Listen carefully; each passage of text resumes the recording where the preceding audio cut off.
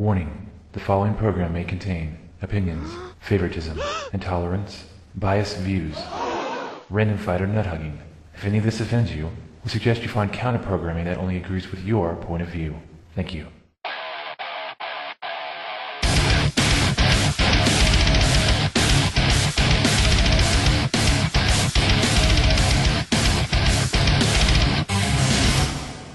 What's up, everybody? Osborne and McCarty are back for part 2 of our overrated, underrated topic, and I think it's a good one.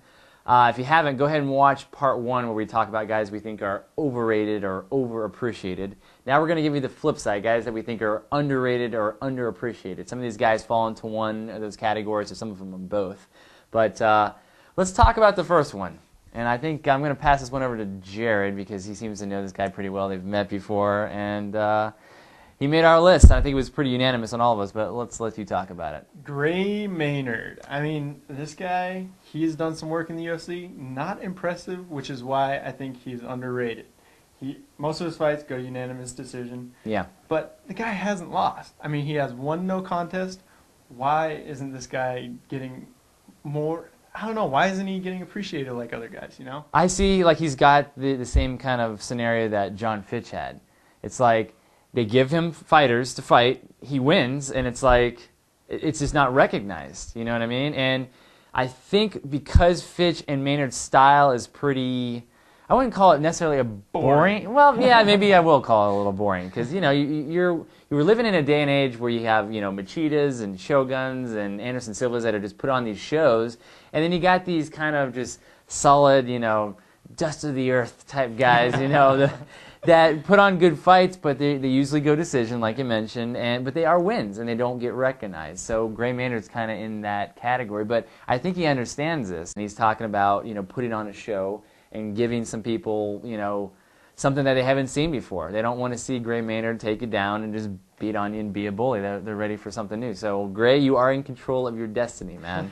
Remember, this is the entertainment business. You got to entertain people. So, again, like we mentioned with our other video, these are not guys that we hate. They're not making this list because we dislike them in any way. We just realize that, you know, I don't think they're getting their proper respect. They've done enough to be able to, you know, make it a name for themselves in their sport, and it seems like they're just getting a really tough way to go. So, Gray Maynard, very good pick.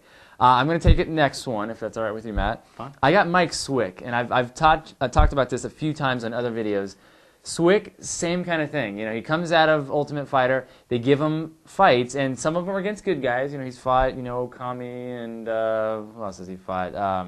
Berkman, Marcus Davis, and you know he's done really well. He's I think gone 7-1, and the one loss was to Okami via decision. He didn't get destroyed or finished or anything like that. And 7-1 is pretty impressive to me in the UFC. I mean, the competition is so high this day and age. You know, you lose twice, you're pretty much gone. That's just kind of how it goes. Swick has put together a string of fights. I'm really disappointed that he got injured, though. That Campman fight, if he could win that, I definitely think he deserves a shot at GSP. Not that he would win, but I mean that's the respect that he deserves. Now he gets injured. He goes unconscious, I think, in some training, getting ready for the fight just a few weeks out. And it's just really unfortunate. I hope he bounces back quickly, and I hope UFC gives him a big name, another Campman or somebody at that caliber, so we can beat him decisively, prove that he's got the guns, and go for that title shot. So I definitely look forward to that. But Matt, who you got next? Taking Rashad Evans. He was underrated in his last fight, which was accurate, but in every other fight before that, he's underrated, and usually severely underrated. And he's, you know, knocking guys out with head kicks and whatnot. He's just getting the short end of the stick. Maybe because he's a little small for the division. I mean, he's not a very big guy. I don't think he cuts at all. Maybe 2-3 pounds. But yeah, he's just not a guy that's really getting his respect. He's really having to battle for it. You know, getting this fight with Rampage will really help if he wins. But if he loses, it could be one of those things like John Fitch loses in a title fight and all of a sudden he's undercard. Yeah. You know what I mean? It could be one of those deals where, yeah, you lose Rashad and you're going way down into the pit. I mean, it's really a bum deal for a lot of guys. I can kind of understand it a little bit with the light heavyweight division because it is so stacked. But, you know, when you're a top-ranked guy, come on, give these guys good fights constantly. He does have a good fight with Rampage coming up whenever that does happen. But if he loses that, who knows who they're going to give him? Steve Cantwell or something, just guys that aren't at his level. You know? It's just sad.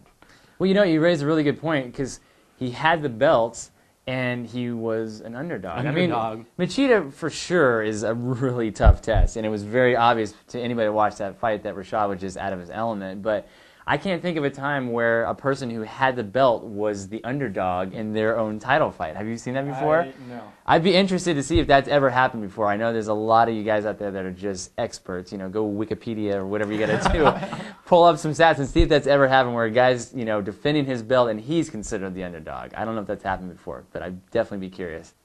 Now, the last guy on our list is somebody that everybody's heard of before, and he kind of took a break from the UFC. I don't know, maybe it was because of injury or surgery that he had done, so I kind of understand that. But Tito Ortiz. This guy, he accomplished a lot back in his day. Sure, he had that, knockout loss to Chuck and, ran into some problems. But he's fought some really big-name guys and done pretty well. And I think people are really underestimating him. I think they think that he's automatically going to go the way of, Chuck Liddell and start showing signs of age and just start losing a bunch. But he's got a fight coming up against Mark Coleman. I think he has a solid chance of winning, and not just winning that fight, but getting more fights against high-caliber guys and maybe possibly making a run at a title. I don't know if he'd win it, but maybe possibly getting a title shot. I don't know. What do you think, Matt? Tito? I think he has a great chance. I definitely think he's way underrated. One of the only guys to really give Machida a tough fight. I mean, Machida makes Rashad look silly, makes Thiago Silva look ridiculous. I mean, Tito was actually in that fight. Yeah. It's hard to fight Machida. He's so elusive. But, I mean, when he almost sunk that triangle in, I was there. And the crowd went crazy. It was ridiculous. He was inches away. I mean, that would have been crazy. You look at his fights with all these guys that are in title fights. I mean, he really had a win over Rashad Evans. Shouldn't have grabbed onto that fence and get the point deducted, get a draw, whatever. He has a win over Forrest Griffin, who was a champion. This is a tough dude. I mean, he definitely needs his props. Yeah, for sure.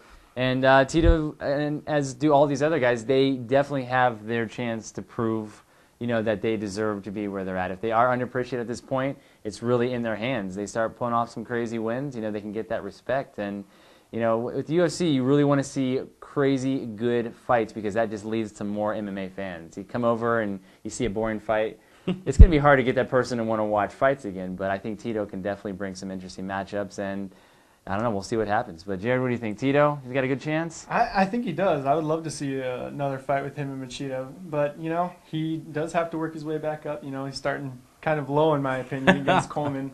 But I definitely think he has a chance. I think he's going to be able to win his next couple fights for sure. Yeah, Coleman is a good name. I actually would kind of put him on our list as well. He's an old guy, and you know what? He came back, and obviously Shogun really wasn't up for the fight. The cardio was an issue, but he actually did way better than most people were expecting.